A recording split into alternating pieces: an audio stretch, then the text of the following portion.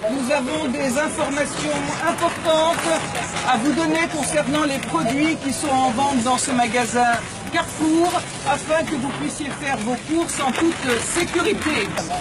Je parle des produits de l'occupant israélien et, comme vous le savez, ce magasin, en tout cas Carrefour le sait, met en vente des produits qui ne sont même pas étiquetés en conformité avec la législation française. Ces avocats, par exemple, eh bien, il faut carrément avoir une loupe pour savoir d'où ils viennent. Contrairement aux avocats du Mexique, pour lesquels il est indiqué sur l'ardoise, comme l'exige la loi Origine Mexique, en caractère aussi gros que le prix, eh bien pour ces avocats-là, sur l'ardoise, figurez-vous qu'en face d'Origine, il y a marqué « Voir emballage ». Et pour voir emballage, eh bien il faut avoir une vue très perçante pour arriver à détecter le mot Israël. Et si vous regardez ces pomelos, il est écrit « Regardez l'emballage pour voir d'où ils viennent ». Et il faut vraiment, comme l'a dit ma camarade, avoir une loupe pour voir écrit dessus « Israël ». Ce n'est pas écrit sinon.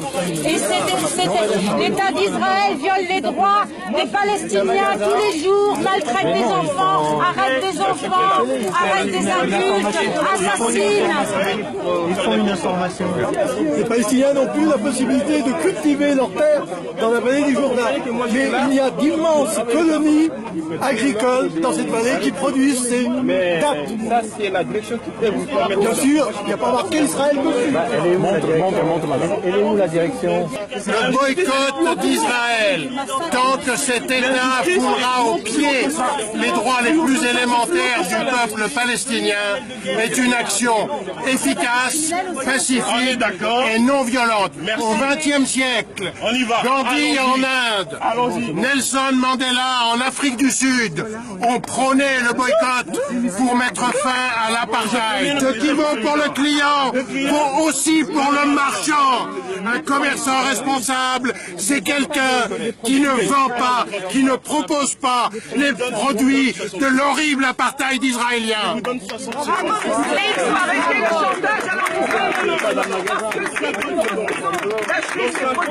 Ça n'a rien à voir avec la religion, même si Israël attaque régulièrement l'esplanade des mosquées et la mosquée El-Aqsa pour faire croire qu'au lieu d'un vol de terre, c'est un conflit religieux. Eh bien, il faut que Valls et le CRILF arrêtent de mentir et de faire croire que tous les juifs sont d'accord avec la politique criminelle israélienne. Ils ne sont pas invités sur les plateaux de télé et en plus, ils sont pourchassés ici en France et en Israël par cette fameuse démocratie qui emprisonne les dissidents, les juifs israéliens qui refusent par exemple, comme cette courageuse Tahir Kamener qui est en ce moment en prison, qui a 19 ans, qui refuse de servir dans l'armée d'occupation. Et aussi, vous avez Ezra Naoui, qui est un Israélien juif qui est en prison à l'heure actuelle en Israël parce qu'il milite dans des associations de défense des droits de l'homme et des droits des Palestiniens